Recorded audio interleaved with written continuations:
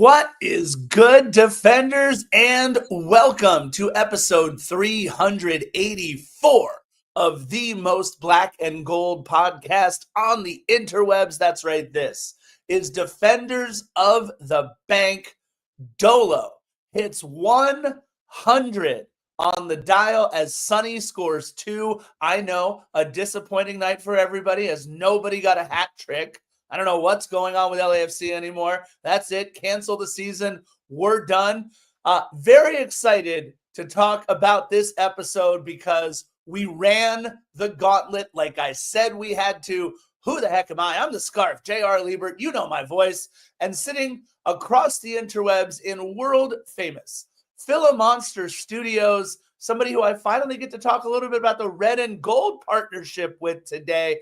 I give you the voice of the MASL's Empire Strikers, one Christian Philly Philemon.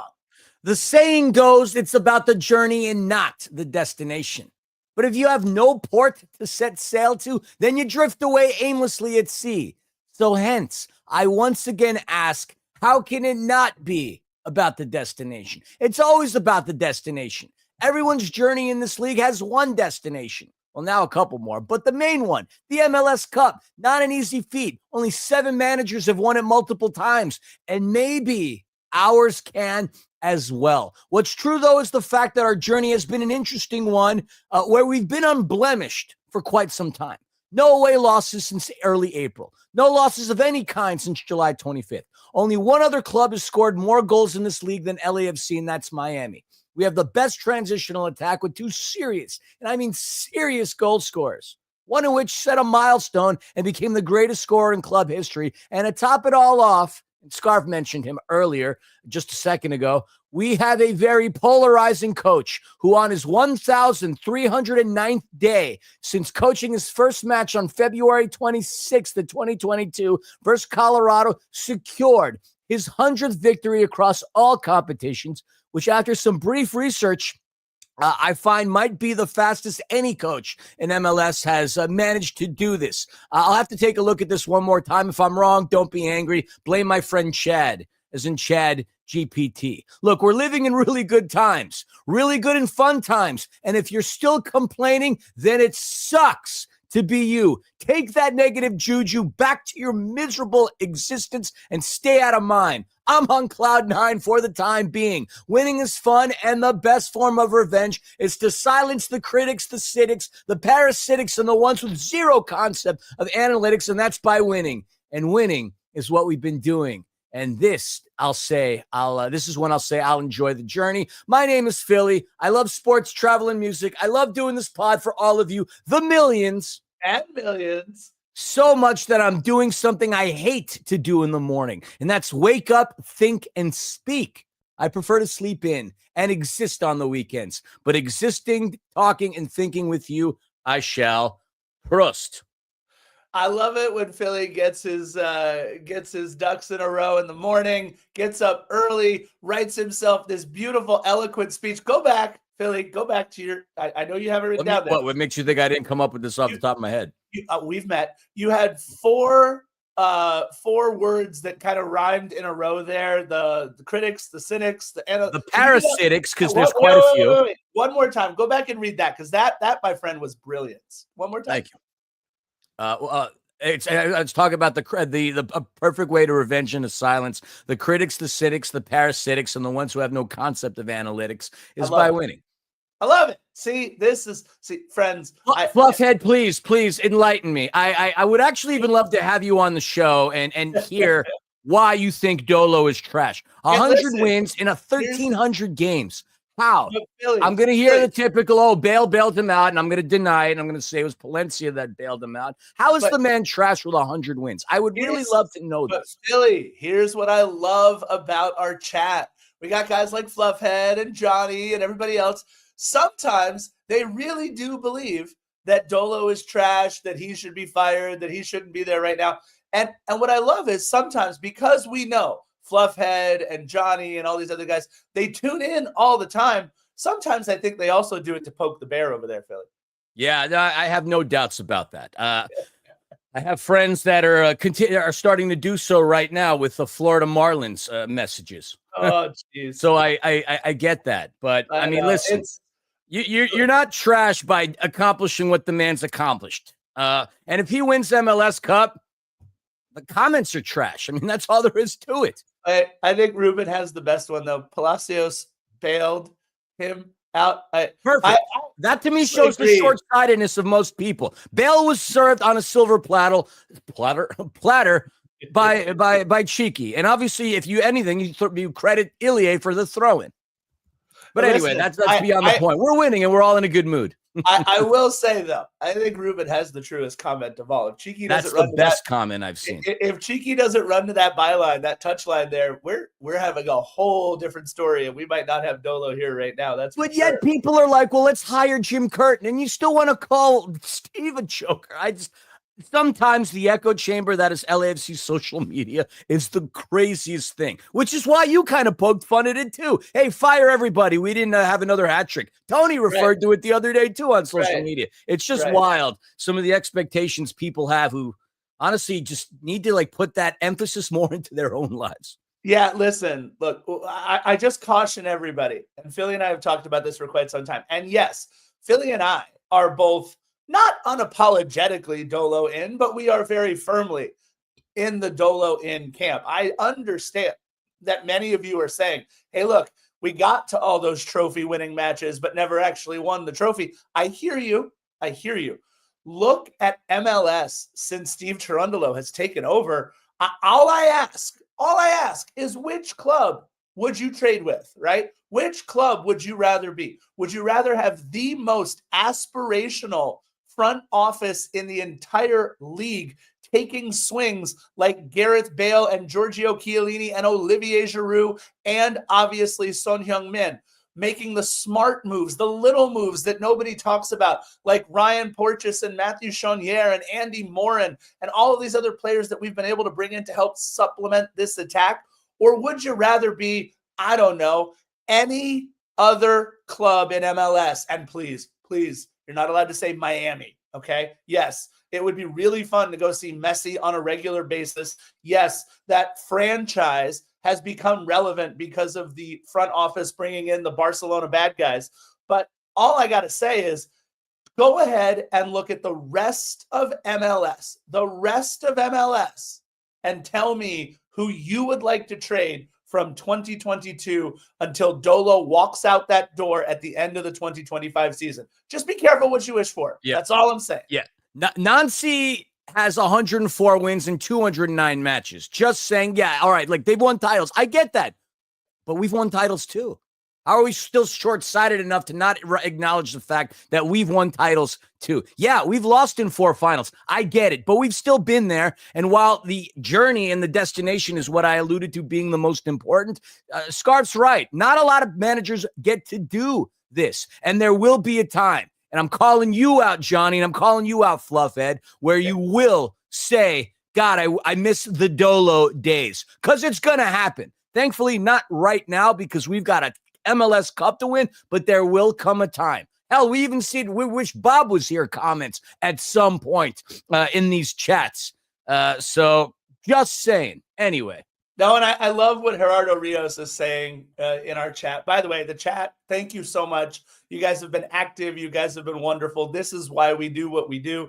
But Gerardo Rios puts it simply. When we win championships, it's all due to the players. And when we lose, it's due to the coach. No problem. And yes, signing Son, a generational talent, no duh. He's going to make Dolo look better. But let me ask you, a lot of you thought that Giroud was a generational talent. You can't just fit generational talent pegs into any hole in MLS. Giggity. All you have to do is put the right fit in. And yes, Sonny, 1,000 times better. 1,000 times better than Giroud. But let's go back to the topic at hand. I said 16 days ago now, might have even been 17 because it was on a one more sleep. I said 17 days ago now that in order for LAFC to have any shot at a meaningful season, winning MLS Cup, maybe the Western Conference, something meaningful as we push through these last several matches, we needed to run the gauntlet. 4 matches, 15 days, 12 points. And LAFC did it. And please, I think, Philly, do you mind if instead of having everybody wait until the very end after we go through the 3-0 win, can we talk about our Western Conference chances at the start of this podcast rather than the end? Sure. What the hell? I love it. All right. Now let's keep in mind, I have one caveat. We are about to lose Sonny and Denis Bouanga and David Martinez and Nathan Ordaz. We're about to lose them for an international break for potentially 2 and 3 matches. So if we can't get things done in those 2 and 3 matches, then we're going to be in a little bit of trouble. But because of the results yesterday, it is a massive step forward for LAFC. As of right now, LAFC has 53 points with 4 matches to play. 53 points with 4 matches to play. That means we can get to 65. 65 is the number to look at. Minnesota, which drew 1-1 against Colorado, they are third in the table, 55 points with just 2 matches to play. They can only get to 61, so we can jump them if we do our job. The big one is Vancouver, sitting in second place, 57 points with 3 matches to go. Now, they were on pace for 70. They were trying to pull a Mark McGuire. Now all they can do is pull a Sammy Sosa. They can only get to 66. They drew 1-1 against Portland and 2-2 against Seattle, both this week. So that meant they dropped 4 potential points in the standings. They can still get to 66. Destiny is theirs to win the West. Thomas Muller and company still have that path. And San Diego, who was looking so good for so long, is now 57 points, which is 2 matches left. They can get to 63. They can fall as far as 4th if teams do their jobs. They're right now, Destiny is saying they could play and they could finish 3rd place. And the other nice thing is this. Look at the gap, Philly, between us and Seattle. So it looks like we're pretty much entrenched in 4th as long as we continue to play that we do. Now, Philly, let's talk about a couple of things as we look forward. The international break is going to hit LAFC really, really hard. And as it sickens me that we have to go through this in the way that we do. But I do want to say this, though, Philly. It doesn't really matter which schedule we would have bet on, right? The European schedule or the MLS ridiculous schedule. This international break would still happen. It would just affect us far differently, right? Far differently, indeed. What was the comment? David in the chat goes, Gabon could do it without Denny, right? I don't know.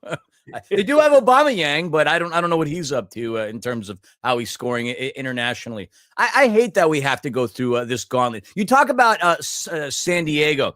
Early on, I don't know, like a month or 2 ago, I remember talking about how we've seen this before, about a team coming really hot out of the gates, sticking around on top of the Western Conference, hanging on still by a thread because of the performance that they've had at the beginning, maintaining and winning the Western Conference, only to flame out in the playoffs. Oh yeah, by the way, that was St. Louis, the team that we just absolutely put a smackdown on. I'm not necessarily saying San Diego is going to follow that same exact style and scenario, but they haven't looked as good. Minnesota hasn't looked as good. Vancouver's the team that I find to be the most problematic. That is above us. But the same can also be said about Seattle. I would love at this point, if we had the opportunity with the team that we have, and obviously after the streak that we've had, to get another shot at San Diego. To me, that would be poetic justice. If we get to play them in the postseason and absolutely dismantle them, hell, it would have to be at Snapdragon. Well, not necessarily. But look, I just feel good about things. It's going to be really hard to come up with some really impressive results, scoring more than 3 goals, when we're basically going to have one arm tied behind our back, the second one kind of loose with one leg. Doesn't matter what manager you've got at that point. When you've got all of your options that are out, it makes it a little difficult. But the good news is the competition that we're squaring off against, not necessarily the best. I would be more terrified if we were playing a San Diego or a Vancouver. But the people that we have ahead of us, I'm not as worried. No, I agree. The other thing I want to mention too, international break. We don't just lose all 4 of our guys up top, because El Salvador, we know, is bringing in Ordaz because they have for quite some time. David Martinez, very, very, very likely going in for Venezuela. Sonny is the flipping captain over at South Korea. And, oh, by the way, the last time Denis played for Gabon, he put a hattie on as well out there. So all 4 of those guys are gone for the international break. Matthew Chonier, very, very likely being called in by Team Canada. And that, to me, is a really big blow. So we're looking at guys like Timothy Tillman having to step up. And I'm hoping that Andy Moran doesn't catch the eyes of the Irish national team and maybe he gets brought in for something. I don't know. That would scare me just a little. I look at our back line and I got to think, okay, we're at least okay on our back line. Nobody's going anywhere there. And I have to say, Philly, after the way that we just played against St. Louis, my man, Nkosi Tafara. Whoa. Philly, I've been saying all season, Philly, I've been saying all season how good Nkosi Tafara has been. I've been on his bandwagon. No, I'm kidding. Obviously, you guys know. Look, Philly, I was this close yesterday.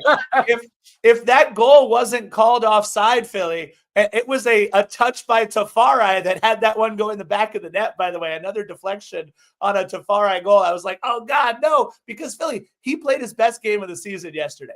Tafari was great. Ryan Porteous was fantastic in that match. Eddie Segura, who we don't talk about at all now in any of these matches because of how steady he has been, was great. Artem Smolyakov, you're not allowed to take corner kicks anymore, buddy, because that first one was terrible. But everything else Artem did, I felt like he was really good. Obviously, Sergi Palencia, our best defender of the last 2 years, has been amazing.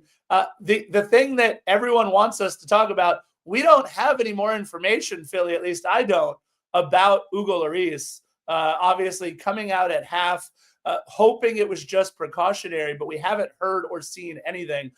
Here, it's 9:30 in the morning. We have no idea yet. Yeah, we don't. And they did not address it in the press conference either. And even if it was asked, I mean, it's always going to be the typical Steve answer. Yeah, we'll have to wait to see the evaluations tomorrow or whatever the case may be. So we would never know. I think what's the word I'm looking for here?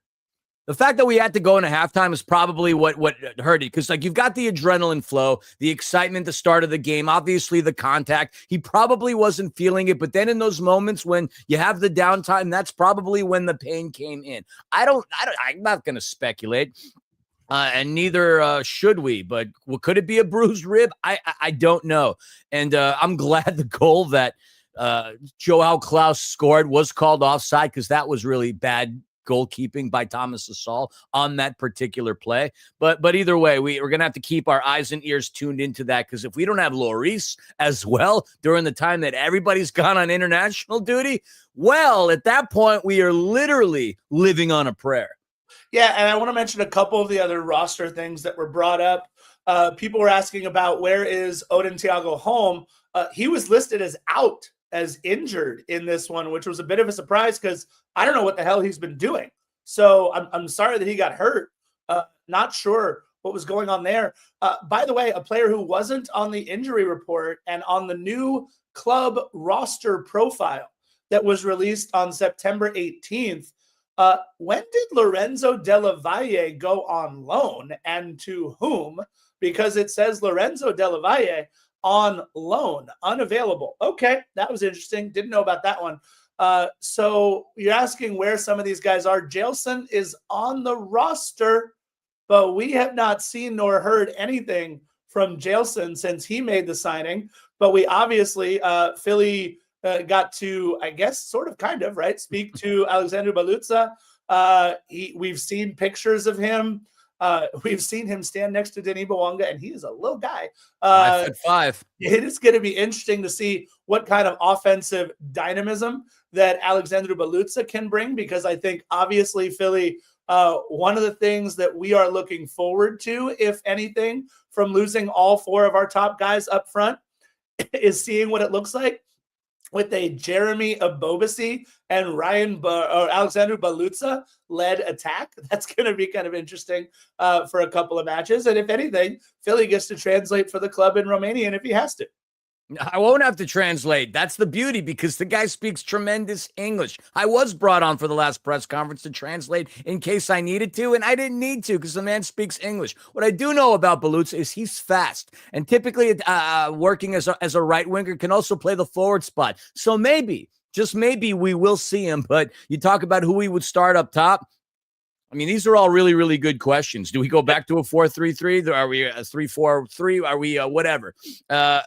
That'll be interesting. I mean, what, our next game is it Sunday? Next Sunday? Next Sunday, we have 8 days off. Oh my goodness. Amen. Yeah. First 18, by the way, Philly's going to talk about this eventually when we get to the match. First 18 for Balutza in this one. All right. So we've kind of talked about a lot of the things up front before getting to the game recap. And Philly, I kind of like that. That felt pretty good. Maybe we should do that more often. Yeah, by the way, our friends at Yerba Madre would love to work out a sponsorship deal with you guys. Philly, one last little bit of news and note that I want to talk about with you, although I don't know how this resonates, if it's even a thing. We have been long looking for fruits from the partnerships, from anything that LAFC has done. We've seen the fruits of the Grasshopper partnership. Matthew Chonier is the reason that the Grasshopper partnership has worked so well now. We can point to that and say Grasshopper had Chonier. We brought him over here, and now he has been incredible. What we are still waiting on, Philly, are fruits from that red and gold partnership, but sort of, kind of, maybe an early unripened fruit.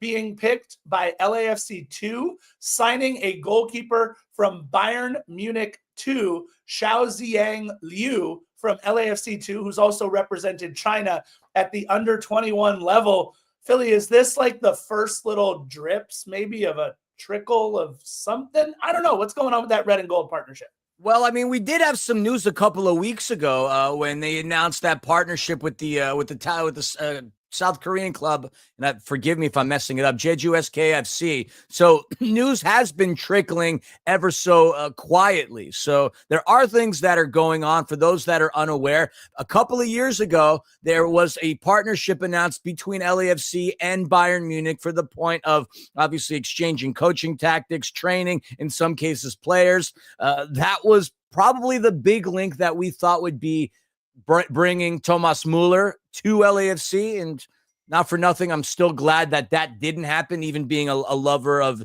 the Deutsche Fußballbund, the Bundesliga, and obviously Thomas Müller. But we'll see. The younger talent, I don't know much about Bayern Munich too. I mean, I only have so much of a bandwidth to really focus in on a lot of things, but the red and gold football partnership, you're starting to see things trickle. Obviously, the Grasshopper was another scenario, and that's what led to Matthew Chonier. So that's another trickle that hasn't necessarily been talked about from there. And then there's just a couple of things going back and forth, but in terms of bringing in this keeper, I don't have much of a background on him, and this is just me being completely honest. No, that's okay. I just, it's nice to talk about this red and gold partnership, and I do want to remind everybody, LAFC has chosen the 2DP 4 under 22 roster makeup for 2025. Okay. And what that means, obviously, is that you can't bring in that third big name as a designated player because you're using 4 under 22 designations. Now, I don't want to say anything about anything, but if David Martinez is the most heralded prospect to ever come out of Venezuela, and other clubs would like to take a chance on David Martinez, and they'll pay the money, then it seems to reason that maybe we keep Igor Jesus, Andy Morin, and Artem Smolyakov, who are the other 3 under 22 designations. We keep them, sell David Martinez, and bring in another big player in a 3DP, 3 under 22 rotation. So I don't know. I don't know if that's a thing. But that being said, we got a lot to talk about, a lot to get there, even before we sell David Martinez or anything else. Just want to remind everybody, if you're not doing anything, head on over to the YouTubes. At 2 o'clock, you can watch one of the final 2 matches in LAFC 2's season as they take on St. Louis City 2. They basically need more help than the Mets right now to get into the playoffs if they're going to. Just 2 matches left into their season, and it has been a rough go for the last couple of months for LAFC 2. So that'll be pretty much the end of their season. Philly, regular season match number 30. 30 on the docket for LAFC. 4 matches to go after this. 2 at home against Atlanta and Toronto. 2 of the worst clubs in the East, and we'll have to do it without any of our big boys up top. That's going to be interesting. And then 2 on the road. We go to Austin, and then Philly. You and I know what it's like to end the season on the road at Colorado. That is not a fun place. And if we need to get 3 points up in Mile High City there, good old Commerce City, Colorado, that is not a fun place. But Philly, your thoughts on these last 4 matches coming up for LAFC? All winnable, and despite having a bare bones lineup, I still think very winnable. I would say the toughest team that we would have to contend against would probably be Austin. And then to a lesser extent, Colorado. But yeah, you said it. That was the last that you and I had ever saw of Bob Bradley at LAFC. You remember we flew out there with the crew from 110. We were in the airport waiting for our flight as LAFC was coming through. And God, I just remember seeing Bob's head hanging low. It was me, it was you, it was Vince, it was Connor, it was Jason and all the other crew. And, we kind of gave like a little clap kind of a deal. And, Bob pulls up his head, thanks, but, it's not enough. It's not good enough. And then he walks by. That was the end of the Bob Bradley era. And that seemed like it was such a long time ago. As awful of a memory as that was for LAFC, I would have to say for you and I, that was probably one of the coolest memories that we've ever had for all the broadcasting work that we did on that weekend of flying out there to me waking up at like 6 a.m. to have drinks at the bar with Jason to watch Arsenal. Like that was just a darn good trip. Well, and Philly, remember that was also the end of the Chicho Arango era, right? Because I remember No. Oh no, we had one more. We had one more season. That's right. We had one more season with Chicho. Chicho left after MLS Cup. But I do remember the end of the season with Chicho. We're all kind of huddled in. And by the way, it was an incredible experience being able to do all of this. Like Philly and I, we kept looking at each other about 20 different times. Like, are you kidding right now? Are you kidding right now? Like we kept having to pinch ourselves. It was incredible. But I just remember Chicho Arango walking over to the little coffee machine, and I'm standing right next to it. And Chicho was just spent, man. This was when Chicho was our bulldog, man. He was everything. And I looked over, I said, Chicho, thank you for a good season. And he looked over, he goes, I'm just so sorry we couldn't win. I'm sorry. And I looked at him, I was like, no, man, you left it all out there. He goes, thank you, and walked away. And just, I remember just seeing the pain in Chicho's eyes. And I'm sure that's what propelled him and everybody else to that 2022 season. But I know we've shared this story on Defenders a whole bunch, and we'll probably share it again after the Colorado game. But Philly, one of our favorite moments in the history of us doing this podcast is even though we got eliminated and destroyed by Colorado in that match, we're all sitting there at the end watching, what was it, Houston? Was it Houston? And Galaxy? I think so. I think so. Houston and Galaxy on the iPhone. And I forget who it was that scored the header that eliminated. Or no, I don't even know if it was a header. I forget who it was that scored. We're talking about like at the death to eliminate Galaxy. But like 2021, Minnesota United. Oh, Minnesota. That's right. I forget who it was that scored at the death for Minnesota. I keep thinking Houston because of Daniel Steris's goal last year or 2 years ago. They scored. Galaxy get eliminated, and the 4 or 5 of us in that little press booth erupt. And Mark Anthony Kay, who was playing for Colorado at the time, looks over in our direction into the press box, recognizes me, and goes, what the hell? Like, what are you doing? You just got your butts kicked. Why are you? He gives us this look, and we go, Galaxy just got eliminated. And all you see is Mark Anthony Kay go, yeah. And he, like, that moment was just, it helped the pain of that flight. Hold on, no, it was Houston. Was it? 2-1. I give up. All right. This is why you can't rely completely on Chad. Listen, they say the memory is the second thing to go. So, all right. So not going to fall for this one again. Let's get into the match. Look, we know St. Louis. Minnesota. I'm done. We know St. Louis wasn't very good. 7 wins, 17 losses on the season to go with 7 draws. 28 points, 39 goals scored in their 31 games allowed before, 31 games played before this. 7 points ahead of Carson. And by the way, that win for Carson last night, it's between Carson and DC United, I think, Philly. It's going to be interesting. Hey, the Since 96 Bowl. Look, we've never lost to St. Louis, 3-0-2 coming into this. We beat them at home, on the road last year behind a Denis Bouanga brace and a saved penalty by Hugo Lloris on Joao Klaus. And Philly, like we talked about, the 3 players that were out for LAFC, Aaron Long, Igor Jesus, and Odin Thiago Holm. Okay. He shows up on the radar. Out for St. Louis, 2 players that are pretty key for what they've done this season. Henry Kessler, who's a very good defender, he used to play for New England, and Cedric Toysher, who has been good for them in stretches, but a little bit of a surprise with Odin Holm being on that list. But other than that, Philly, this is a club that we've had success after success against.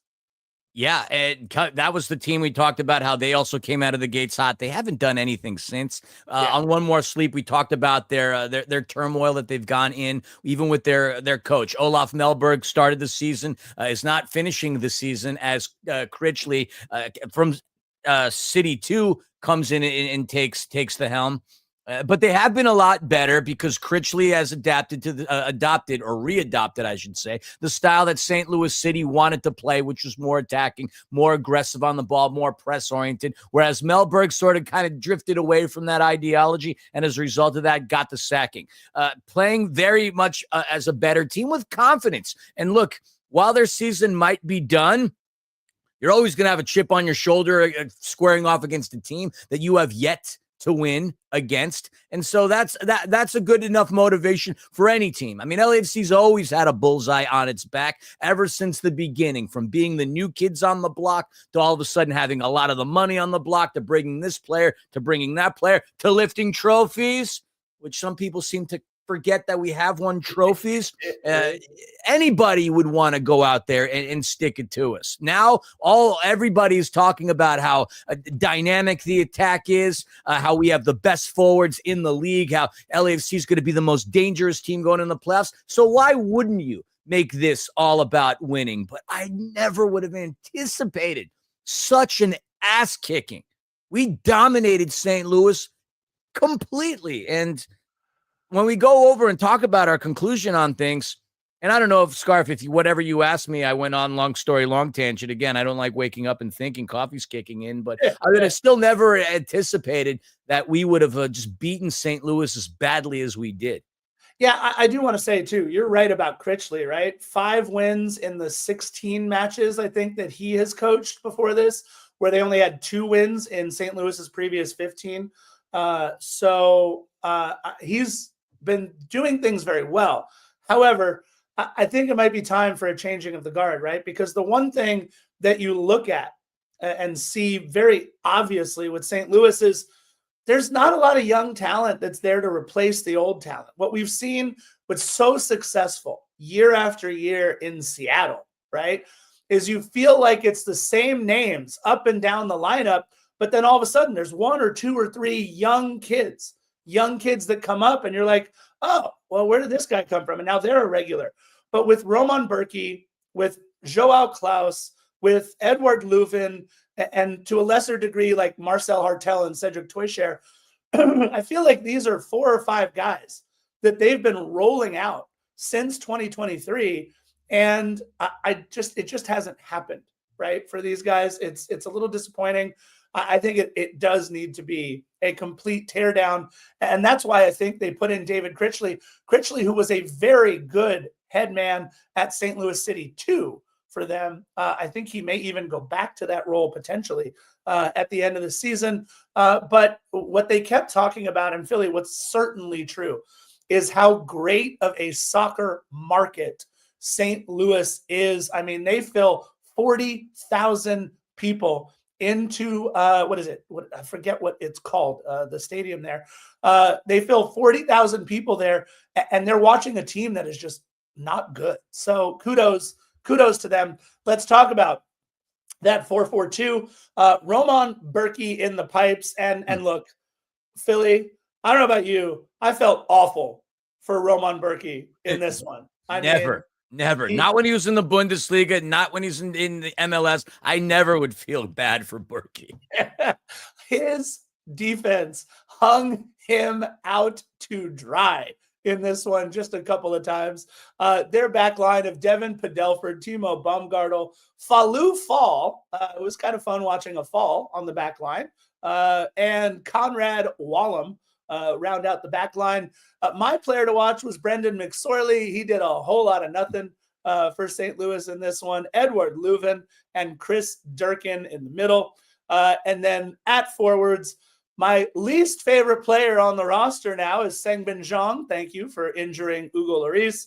Joao Klaus, who is right there with me at number 2 for players I don't like, but I want to ask a question about that foul at the end, Philly, and I want to throw it up to the chat at the end. And Marcel the Model Hartel rounding out the lineup. The 18s, we would see Thomas Totland, Alfredo Morales, Makai Joyner, Celio Pompeu, and Kyle Hebert. Philly for LAFC.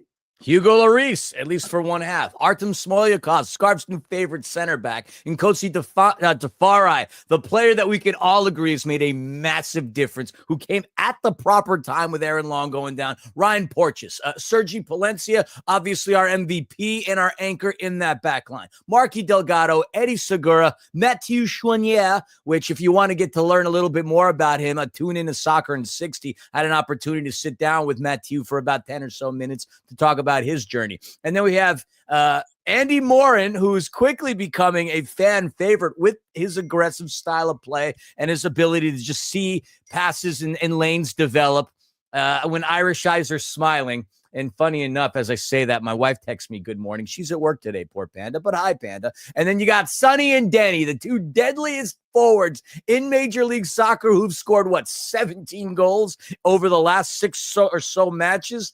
Will the hat trick streak continue? Oh, it did not, but he came so close. So close. As far as players coming off the bench, my mistake. Ryan Hollingshead, we would see Thomas Hasal. We'd see Kenny Nielsen. And not that I was not thrilled to see Kenny Nielsen. I was selfishly hoping for Alex Belutza. I mean, after all, he was on a press conference just this past Thursday. So I really was under the impression we would see Belutza. I hope he still has that speed that he exhibited in Eastern Europe. I really do. And who am I forgetting? Raposo? No, we Amaya and David Martinez. That's right. That came in later in the game. Interesting that Steve waited after 70 or so minutes to start putting in some of the subs. At that point, the game was really taken care of. How we talked about on the press conference that he wanted to take Denny out in order to diminish on his yellow card accumulation. Because as we know, one more yellow card for Denny, he would have had to sit out, which in this case would have been a lot of sitting out because of him going on international break. But I think, that might have been the time really to have pulled him out. But I am not a coach, and I'm not telling the man who has 100 wins how to do his job. And I will say, Philly, I think we would have seen Belutza if not for the Hugo Lloris injury. Because Hasal had to come in, that meant that the other 4 subs, if you add it all up, that makes 5. Yeah, only allowed 5. So I think it would have been one of those things, right, where if Ugo is healthy, we see a third sub come in up top, and we'd have had the David Martinez and Alexandru Balutza experience for like the last 10 minutes or so. So that's my personal thought. And what shirt are you wearing, by the way? Best in the West, because we have a chance now. Oh, that's a good one. I have no idea where that shirt of mine is. Yeah, look, we have a chance at the West again. So that's kind of fun. By the way, Philly's shirt is available on defendersofthebank.com, but you have to click. Hold on, is it? It is. You got to click that little link, that little gray link that says. All right, hold on. We've had some issues with this. You keep talking. I'm going to try to buy stuff. Yeah. So no products were found. It is. Look right above. There's a little link right above where it says no products were found. Shop. Right above. Where it says shop now? I think. Oh. See? All right. All right, defenders. I'm going shopping. It's real stupid, by the way. Our site needs to be fixed. We apologize. That being said, the biggest moment of the match, I think, happened in the 3rd minute, Philly. And I think that if it's just precautionary, then cool. No big deal. Ugo gets a little bit of a break for a half. Everybody is fine. He has 8 days to recover. But if the reckless tackle that absolutely, in my opinion, should have been a red instead of a yellow because of how high the boots were of Sangbin Jong, I was really pissed at that tackle because he had no business colliding into Ugo Lloris that way. I was really upset about that tackle by Sangbin. If everything is okay with Ugo, then this is much ado about nothing.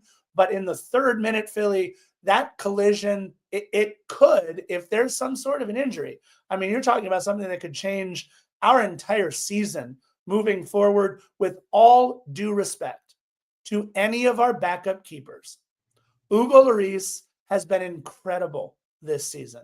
And without Ugo, in my opinion, we could be 1 or 2 goals worse if a team really puts us under fire.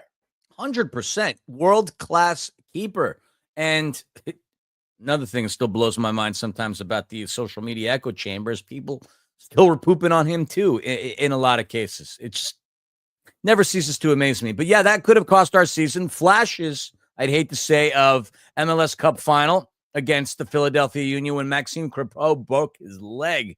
Yeah, there you go, Daku. Yeah, that was a scary moment, but it looks like he took it to the upper part of his body, whether it would just have been like his ribs or above the solar plex. I don't know, but we do have the opportunity to rest him for 8 days. But yeah, that could have cost the season. It was reckless. Hugo, had he not gotten out there and stepped up, that might have actually been a St. Louis City goal right there. So if anything that we could say about that is he absolutely, and that is a pure 100% example of he sacrificed his body in order to make that play, to make sure that we didn't go down a goal. And luckily, he didn't have to get tested all that much by St. Louis. They didn't have any opportunities to really stretch him out because that might have been another severe scenario for us, considering, wow, what his limitations might have been at that point. Clearly, his limitations hobbled him enough to the point where he didn't come in the second half. But yeah, a terrible and a reckless way to start things off. Yellow card, which was wild. I do want to shed a little bit of light on that spin move, however, from Klaus and the pass to Sangbin. That was a thing of beauty. Klaus's pass was pretty nice, but that's about it. Yeah, I'm not a big fan of Klaus, but that's okay. Look, Artem takes the corner in the 7th minute. The corner never comes inbounds again, and I was like, all right, why isn't Sonny taking all the corners? But either way, that's okay. Philly, you said you would never feel bad for him, but I mean, when was it Fallu Fall? I forget who it was. I think it was Fallu Fall, right? Makes a beautiful pass. Sorry, I don't know where my voice is this morning. You were too busy screaming your excitement at the TV. I really was. I was very excited. You were yelling Dolo out at the conclusion of the game. That's why. I love that Q Cardi remembers that. Philly, I felt bad for Roman Berkey because a beautiful assist from Fallu Fall to Denis Bouanga. Only problem is they play on 2 different teams. Denis was gifted that pass runs right at his defender, slots it into the right of Roman Berkey in the spot, by the way, where there was less space than if he would have tried to gone upper right, I guess his upper right rather than Berkey's lower right. Either way, you got Denis Bouanga, the reigning Golden Boot winner and a player who you just never want to see running at you full speed 1v1 like that. Man, like I felt bad for Berkey. It was a terrible back pass. And look, Denis, Philly, first 5, maybe 7 matches of the season, I don't know that Denis finishes that, right? We saw him get saved on a couple, push a couple wide, hit a crossbar, hit a post. There's no doubt anymore, Philly. No, because he's operating on a confidence level that's far exceeding humankind's comprehension of it. He started the season off rather slow, but it was only a matter of time before things would kick in. The previous year, I think or the year he might have won Golden Boot, I forget. One of the past couple of seasons, he also started out slow. But then a hat trick here, a hat trick there, because he has had a few. And then that's really kicked things off for him. You can't, and that was part of our keys to the game. LAFC would find St. Louis City making mistakes and burning them up in transition. And that wasn't too much of a transition because it was literally, hey, here you go, 1-on-1 with my keeper. I mean, and the fact that he beat him near post too was also impressive with a shot that I'm not going to say is the most powerful that Danny's ever taken. But nonetheless, 23 goals for him now. He is now one shy of tying Messi, who didn't score in Inter Miami's quest this past weekend, and 2 around the corner from hitting a C note on goal scored. Tremendous work. And as I've said it for years, my favorite LAFC player of all time, because he plays with so much passion and desire and a hunger to constantly score. I love it. Philly, it's incredible that we're talking about him nearing 100, though. I mean, we feel like we were just talking about 90. I do want to mention, as much as I think Denis is a contender for the Golden Boot, the only problem I have, Philly, let's put this one up. We both did the same thing. The problem I have is Messi still has 4 games left. Denis only has 3, and they are going 3 hat tricks. All they're good. I mean, maybe that'd be great. All they're going to do down in Miami is try and figure out a way to get Messi goal after goal after goal, or maybe they try to get Busquets one before he calls it a career. I don't know. You want to talk about generational talents? Miami's got generational talents, and they hadn't done bupkis. Well, they won the Open Cup or whatever, Leagues Cup, one of the two. Leagues Cup. Leagues Cup. Let's talk about Marky Delgado, by the way, finding a little tool in his bag that I didn't know he quite had. Beautiful laser beam off the crossbar in the 20th minute. Little pass from Sonny there. And everyone was kind of sagging off Marky because they were worried about Sonny. And so Mark says, all right, well, I'll take it from here. Bangs it off the underside of the post. Lafferty, you can leave whenever you would like. It was one of those things that I thought, hey, I love that Mark Delgado getting involved in the offense here, because Philly, when we score that goal there, that would be the 15th straight goal scored by either Denis Bouanga or Son Heung-min. It would get even more of a streak later in this match. I loved the rocket by Denis Bouanga just after we hit the crossbar there. And look, Roman Berkey has to make another save, but Philly, how about that little Artem Smolyakov, a cross-pitch pass to Sergi Palencia, and Palencia just kind of angling that boot, got a whole lot on it, and a great save by Roman Berkey. But did you think in the days of Bouanga to Sonny, Sonny to Bouanga, maybe Delgado to either one of those two guys, the Artem to Sergi Palencia connection, I kind of like it. I mean, we have those fullbacks coming forward as a part of our offense. That's been the case for quite some time. And Artem shows an ability to have a nice cross, contrary to what you were saying. But I'd still feel a lot better with Sonny doing it, because anytime Sonny does it, well, honestly, anytime he does anything, it's world class. That was close. And Berkey barely, it seemed so slow when you were watching it live. That by itself looked like the slow instant replay reaction. But Berkey got his mittens on it, much to the chagrin of Sergi Palencia. And it's not just Denny and it's not just Sonny that are getting these shots on goal. I think even Steve mentioned it during the press conference. The only difference is they're finishing, because there's a few players that had opportunities. We talked about Delgado, and I saw it in the chat. Thank you for referencing our most popular creation of the season, Charlie Crossbar. He made his name. Thank you. That's it, David Jimenez. Charlie Crossbar makes the save. There were a couple, I think 4 LAFC players that had opportunities. Like after Denis' shot that Berkey had his mittens on, Mathieu Chouanière had a shot that went directly to Berkey's hand from well outside of the box. So it's just that it's not just that we only have 2 players that are scoring. A lot of people are trying. It's just our 2 scorers who are flipping awesome are finishing. Yeah, right before stoppage time, Sonny got absolutely hip checked. Absolutely. Trucked is better. In the center of the park. I don't know how there was no call on that. If that's shoulder to shoulder, then I get to start playing soccer soon, because I can do that to a lot of different players. I might not have the skill to put one in the back of the net, but I can put a player down if I have to. Absolutely ridiculous. Edward Leuven was, I think, St. Louis's best weapon all night on corner kicks and set pieces. He had a great one right at the start of stoppage time where Ugo had to punch it away.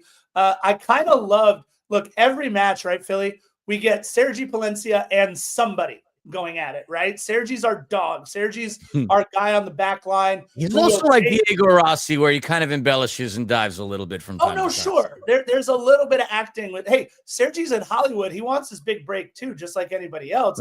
He sees actors like Tom Cruise and Robert De Niro. He might have a shot at trying out for a film called The Falling, yes. Yeah, look, Sergi's the same height as like Tom Cruise and Robert De Niro, right? So he's thinking, so is Paluzza. I can get my big break. But I just love the height difference as he's like barking at Joao Klaus, who's 6'3", and Sergi all of 5'5", 5'6".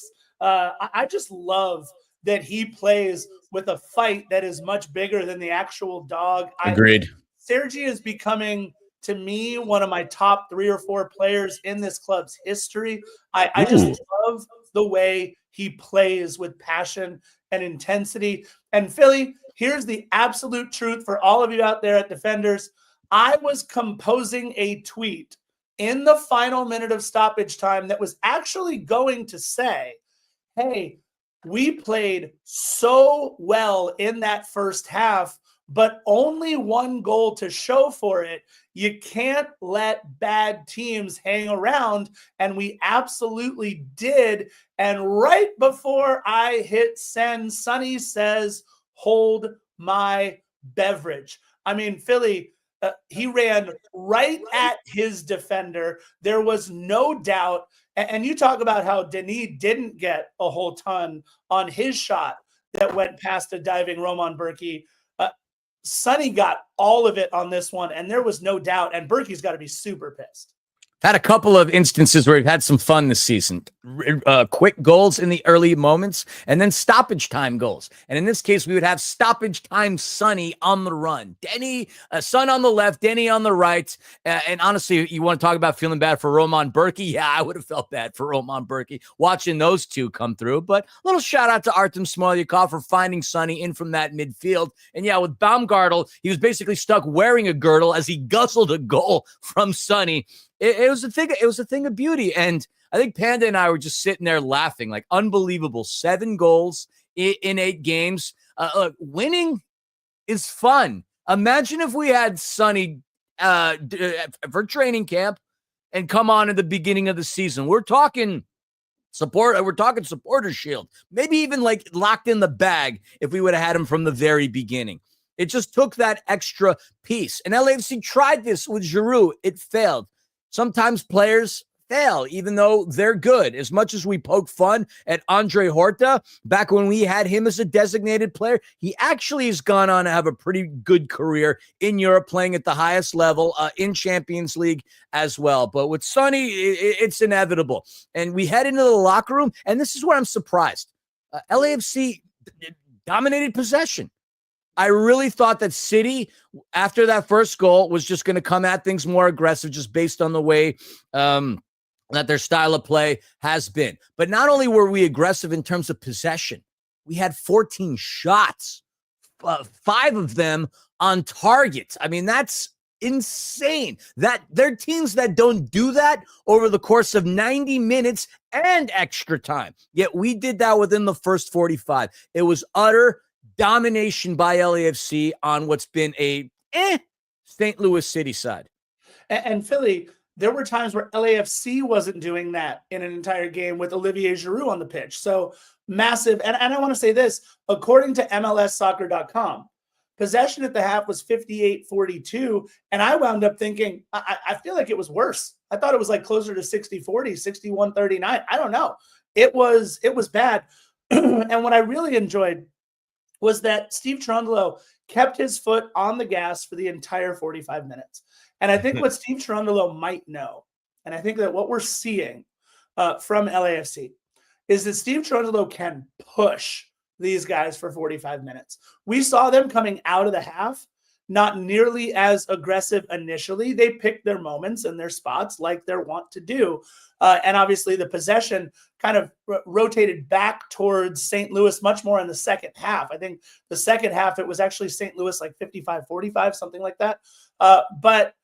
But what we saw over the course of the first half, Steve Cherundolo is basically saying, hey, for 45 minutes, I'm going to run my horses out there, and I want to see if any club in Major League Soccer, especially this St. Louis club, with a lot of older guys, and I said this earlier, not a lot of guys that can get over the top. I wasn't worried about Sangbin Jeong getting over the top. I wasn't worried about guys like Marcel Hartel and Joao Klaus getting over the top of our guys. So if we can keep anything in front, I think it was a huge deal. And Ruben, yes, I'm saying I love Steve Cherundolo as a coach. Obviously, Philly. Oh, Mike Trout's in the chat. This is the first for us. Thanks, right. Mike. Congrats on your 400 and 402, I think. Welcome. I'm sorry that you guys don't know the postseason, but that's okay. Honestly, we might not either. I know. Jesus. Look, Tomas Asal coming in for Hugo Lloris at the half, and his only MLS minutes this season, Tomas Asal, came back on March 8th. March 8th, as LAFC traveled up to Seattle to take a 5-2 beatdown from the Sounders. In that match, while, yes, we gave up 5 goals, Hasal did make 4 saves, but I think, Philly, it was at that point where we were like, ooh, we don't really have a backup keeper. So this could be interesting. Tomas Hasal has gone on to be okay in a couple of other matches that he played for us. I just, look, we need Ugo, and we need Ugo ready to go come playoff time. And by the way, props to Eddie Segura for his yellow card in the 51st minute, taking out Joao Klaus, which I love. Eddie was a little bit of our enforcer there. Eddie joins an illustrious group of 9 players in LAFC history who make it to 20 yellow cards. He is now just 15 behind Jesus Murillo for the all-time lead at LAFC. Really? Yeah. Yeah, he was a walking, talking yellow card obtaining machine, wasn't he? It's kind of crazy. Eddie is the only player on this team that has literally been there for every, other than the inaugural season, for every successful LAFC season. And he's been there on every team that has held some type of a trophy, whether it had been the Shield, whether it had been Western Conference champions, whether it had been MLS Cup, Open Cup. Eddie's literally seen everything at this team. He's as old as almost you and I, and a lot of us are. It's wild. What were we going to talk about here? I kind of no, I mean, we can talk about Sonny just missing that shot around. Oh yeah, the 54. Yeah, the curler, and it's Andy Morin with the pass to him, by the way. Oh, absolutely. I do want to mention one last thing about our. Should we ban Lafferty, by the way, for this comment? I'd like to hear it in the chat, defenders. Should we not ban him, but put him in a timeout? If I can get to 10 yeses, I'm putting Lafferty in a timeout. Wait, if I type yes, does that include one? No, that does not. Well, actually, you do it, I do it. That's 2 right there. We're almost there. I do want to mention 178 appearances in a black and gold shirt for Eddie Segura. 178. That is 11 behind Carlos Vela for number 1 in the history of our club. And look, Eddie will be back next year. Eddie will get to that 200 appearance mark for LAFC, the very first player to do that. And this, look, Ryan Hollingshead, by the way, only 9 appearances behind Segura, 169 appearances in all competitions. This might be a hot take, but by the time Eddie is done, and I don't know what the next 2 or 3 seasons will mean, but by the time Eddie is done, could we see Eddie Segura next to Carlos? No. Up there on the Ring of Honor? On the Ring of Honor? No. You mentioned it, Philly. The only player who has been there for every single trophy, every single thing this club has ever held up. He will be our club's appearance leader when he retires. And I know he's also battled through so much. We mentioned the injuries. There was some inconsistent play at times. But Steady Eddie could be one of those guys where you look at the history of LAFC through our first, let's say, 10 years. And I'm not saying he has to go before Bawanga or whatever else. But if you look, if he plays 2 more seasons, look at all those people saying yes to putting Eddie in the Ring of Honor. Lafferty says, that's funny. If he plays 2 more seasons, Philly, he gets to the 10-year mark with LAFC.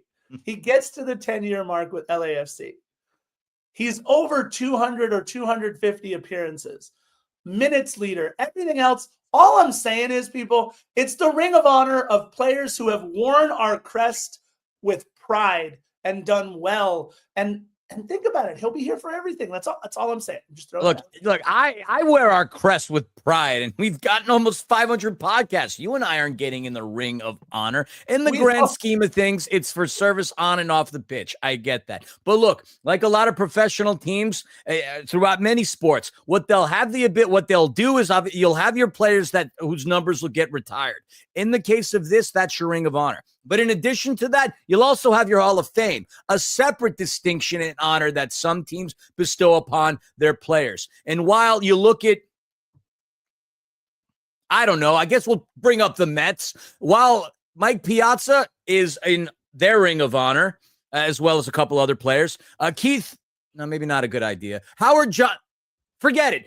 I can't think of anything right now. But the point is, no, I don't think so. I think if anybody deserves to be in there, obviously it's going to be Denny. And I know there's not an order, and it's not necessarily a hot take what you're saying, because when you come at things as a teacher, you come in spewing facts, and a lot of those facts I would agree with, but not for Ring of Honor, for Hall of Fame. And forgive me if I'm about to say this.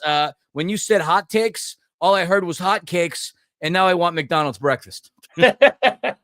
Lafferty just finding ways to wedge it in. I love it. Look, I blame Olivier Giroud for us being offside there in the 57th minute. I don't know why. I'm just used to doing it. But we were very clearly offside. No goal. Right call. Oh, well. Yep. Life goes on. But in the 60th minute, Philly, right at the hour mark, can you explain to me what Sonny did there? I mean, the pass goes back to him from Artem Smolyakov, and he's kind of just tapping the ball to himself right at the top. Nobody closes out. And then all of a sudden, I mean, from out of nowhere, just bang. And I have never seen Roman Berkey completely flat-footed. He just starts walking off in the other direction after Sonny took that shot. To me, that was the most demoralizing goal of it all, because Sonny was just looking over to his right, tap the ball over to his right. And then all of a sudden, I mean, Philly, it was shot out of a cannon, just bang. It was, Look, I don't know if that's just Sonny being world class, if the St. Louis defense was just terrible, if it all kind of coalesced into one. But what an incredible goal by Sonny. And then my favorite is they have like the Euro step high five now that they're doing. That might be my favorite new Selly in the entire league. I love it. I love me. Pioneered by the great Sarunas Maršalonis of the Golden State Warriors and Lithuania fame, the Euro step, come to think of it. Yeah. To your point, a bit of both. The St. Louis defense, not good, but at the same time, Sonny is world class. That's the difference when you sign somebody like him who has the ability to have patience, panache, and pizzazz in the box, as opposed to, and we're going to go backwards with this one, somebody like a Marco Urena who would be in the box with all the time in the world and would still find a way to muck things up. No disrespect to Marco. He was part of our original team, but that's the difference between a good player and a world-class player. Just the split, just to have the patience and the calmness and the poise to do what he did and then absolutely incinerate Roman Bürki. That's why he was a Golden Boot winner in the Premier League. That is why he captains a national team in international competition. That's why his jersey is the highest selling jersey in North America. There's so many reasons we could go about doing this, but you said it. World class is the distinction. This man is pure world class. Now 8 goals in 8 matches, and we joked even before this match. In 7 games, he became our second leading scorer. At this point, he is firmly placing himself as second, a good 3 behind the player who was originally our second leading scorer, Nathan Ordaz, with 5. If Sonny gets 1 or 2 a game, all of a sudden you're like, oh, he's top 10 in scoring in Major League Soccer this season. What is happening? Look, the rest of the match, at least the rest of regular time, we'll call regulation, VAR was right not to call a penalty there that they pulled back, right? It was initially, that was kind of something that came out of nowhere. What was it? Was it Baumgartel? I forget who it was that had the potential handball there. It was a good call. It was Paddleford. Okay, that's right. Paddleford. Yeah. Yep. Paddleford. He used his hands as a paddle. That's what I had written in my notes. And then Pompeu was offside on that ball through. Very happy that Tafari didn't get credited with another deflection for a goal going in. Philly, let's talk real quick about how bad the goalkeeper jersey is. Yeah, I would agree. 78th minute. You don't think so? Hold on. 78th minute. Frankie Amaya comes in for Andrew Morin. Andrew Morin was fantastic in this one. That's all I got. That's it. Well, that's what you made me stop for. I mean, I guess that's a fair thing. I mean, look, I was kind of teeing up, but look, Morin is fantastic. He was great. He was pacey, his speed. I think he caught the defense by surprise a couple of times with his speed. His passing was incredible. This kid has come in and all of a sudden just taken the keys to what looks like a starting role from here on out. Unfortunately, Timothy Tillman out on yellow card accumulation might have just seen one of his spots go by the wayside. Really incredible, the play of Andrew Morin on this one. And Philly, I'm super excited to see what we get from him for the rest of the season. And then you mentioned it, 87th minute, David Martinez coming on for Denis and Kenny Nielsen coming on for Steady Eddie. Just his second MLS match, his 4th appearance overall. And just Sonny getting beat up more and more and more. 89th minute, Baumgartel shoves down Sonny, gets an easy yellow. Sonny was a target in this one for a ton of fouls. And the individuals throwing him on there, the target of a lot of boos and jeers from the crowd. You anytime Sonny scores a goal, everybody you hear a distinct rise in the decibel, the DBSPL, decibel sound pressure levels. Obviously, the same thing could be said about the fouls. Now, what was the point I wanted to make? Jesus, it's one of those mornings for Philly. You talk about Andy Morin, right? An unsung hero, so to speak. Same could be said about Ryan Porteous. These are players that have been very good doing their jobs to the point where, like, you feel a sense of calm. There is no anxiety because you didn't have expectations, and all of a sudden they've exceeded expectations. Porteous, is a beast. He came in and made so many great plays, breaking things up and just being a steady presence at that center back role with Nkosi Tafara. And the same can be said about Morris. He obviously impressed me with the way he threaded through that pass the other day, which led to another LAFC goal in transition. While the emphasis obviously is on Sonny, it can't be not shed the light how good all these other players have been. And dare I say, Timothy Tillman going off on yellow card accumulation, yeah, that's not going to be something that's going to prove to be beneficial for him because now his position's in jeopardy. And I don't want to say this, but losing Igor Jesus, same as well, because now that opens up the doors for somebody like a Mathieu Choinière who has had success in this league and has filled that void splendidly. And then, of course, you talk about the two players up top. If you combine the amount of goals that Denny and Sonny have had together at this point, I will talk about it as a full season thing just because it's easy to use. You add Denny's goals and now Sonny's goals, and those two players alone have more goals than DC United and Toronto FC, if I'm not mistaken. Of course, in different periods of time, but still talk about just an incredible performance by LAFC as a total team, not just a couple of players. A total team has led to our success over this stretch. Yeah, look. Tafari, Porteous, Morin, these guys that they didn't just play well, they played at a level that makes you start to think like, okay, we have enough talent on every single line, despite the loss of Aaron Long, despite the loss of Igor Jesus, to actually win MLS Cup. It's not just going to be can we outscore them? This match, we slowed down the second half. Defensively, we were fantastic. And I do want to mention one other player, Philly. I thought Mark Delgado was unbelievable in this match.